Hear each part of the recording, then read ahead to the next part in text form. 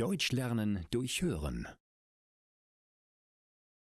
Urlaub in der Türkei. Das Flugzeug landet in Ankara. Das ist die Hauptstadt der Türkei. Gertrude ist das erste Mal in ihrem Leben in diesem Land. Sie weiß aber, dass in der Türkei über 80 Millionen Menschen leben. Außerdem weiß sie, dass das Land im Süden am Mittelmeer und im Norden am Schwarzen Meer liegt. Sofort macht sie sich auf den Weg in das Hotel. Ihr Zimmer ist groß und schön.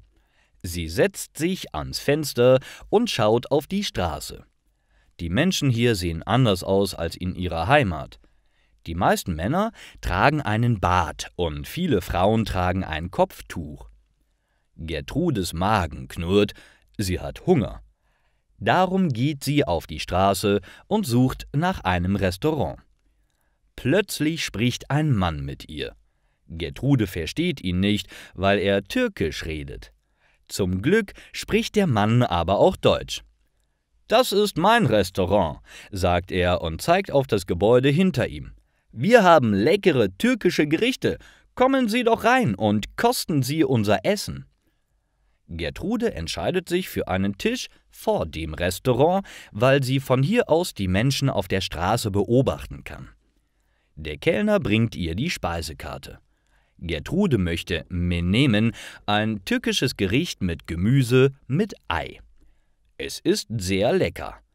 Nach dem Essen trinkt sie noch einen köstlichen türkischen Kaffee. Aus einem Lautsprecher kommt auf einmal laute Musik. Man hört einen Mann, der ein ruhiges Lied singt. Gertrude ist verwirrt, weil sie die Musik in der ganzen Stadt zur selben Zeit hört. Der Kellner erklärt, dass die Musik das Mittagsgebet ist. Man nennt es Zur. Die meisten Türken sind nämlich Muslime. In dieser Religion betet man mehrere Male am Tag. Die Musik hilft, die Menschen daran zu erinnern. Gertrude ist fasziniert. Sie ist erst seit 3 Stunden in der Türkei und hat bereits so viel über das neue Land gelernt.